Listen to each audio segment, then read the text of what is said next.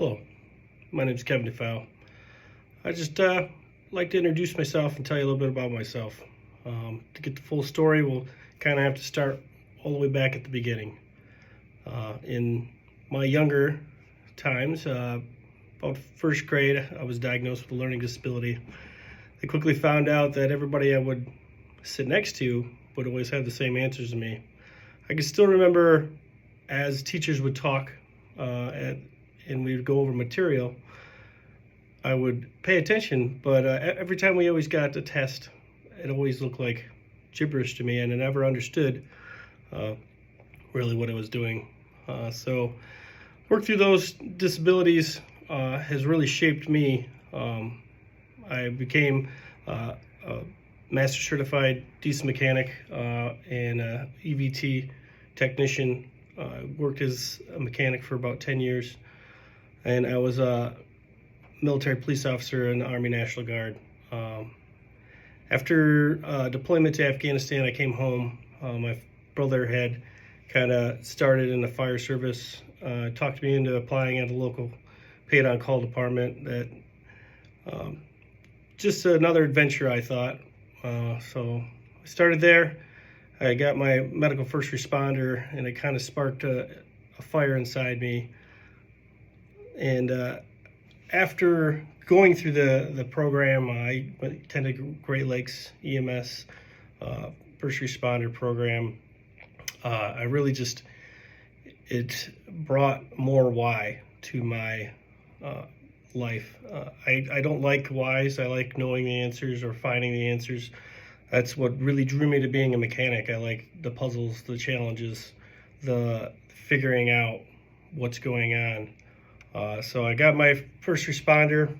Shortly after, I matriculated from a first responder to an EMT basic, and actually changed my whole career. I left my career as a full-time diesel mechanic to work at a local private EMS company.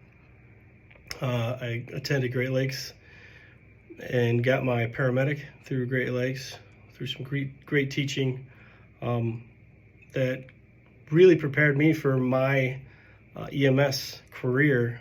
The confidence it instilled in me helps me be more proactive and aggressive with my treatments. I have my critical care paramedic now, and I work still on the road pretty much full time.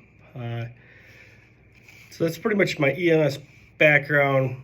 Kind of a little bit about Kevin. I don't have a whole lot of public speaking. Most of my speaking is to smaller groups. I'm a BLS instructor. I work obviously at Plainfield Township Fire. I teach fire related and some EMS related trainings, but nothing too large, to great groups of people. I'm really attending this course because I think this course in learning how to communicate better with people, how people learn, and how I can build my team to be a better leader with them, and hopefully change some lives in the long run by helping them understand what's going on and how to better treat and take care of their patients, and make their lives, hopefully change their lives, and the outcome is really what I'm kind of going for. On that, I got a couple of memorable experiences that kind of help shape me as a leader, and will be at the forefront of my mind for the rest of my career. Is when I was a younger 15-year-old, I was working at a horse farm. It's a smaller farm. They had about 50 horses. I was pretty much just a farmhand. I worked there every Saturday, Sunday. I'd get dropped off at 6 a.m. and my parents would pick me up at 4 or 5 in the afternoon. I was not really knowing a whole lot, always kind of thrown into things. They'd give me a task and just assume that I would figure it out. But I think that helped develop me as a critical thinker and a problem solver in the long run. I was given the task one day of wiring a whole barn from one end to the other, putting in lights and 2 light switches, and he wanted to make sure that if he turned the switch on at this door, he could walk over to the other door, turn the switch off, and they both work together. And he expected a 14-year-old, 15-year-old kid to have the knowledge of how to do this. He gave me a little basic electrical book and sent me on my way and all the supplies. I remember one time I came to him because I was having a hard time kind of grasping the whole concept. And his answer to me in a not so great tone was, do you want me to just get out some crayons and draw you a picture? Because obviously you're not smart enough to figure this out. I gave you all the tools.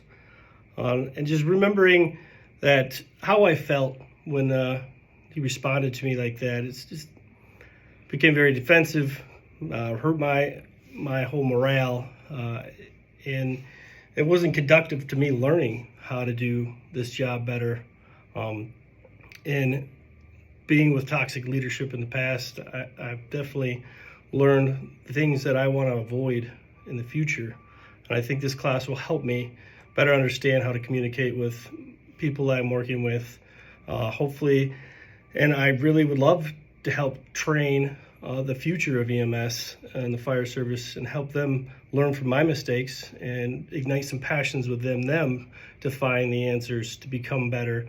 As we always know that this is a ever evolving thing. If you're not proactive and you're not continuing to learn evidence-based medicine and evidence-based practices, you're just going to fall behind. And I think that's real motivation for me to help our future in EMS providers. So someday if I call 911, I have confidence that that person will be able to take care of me. All right, thank you.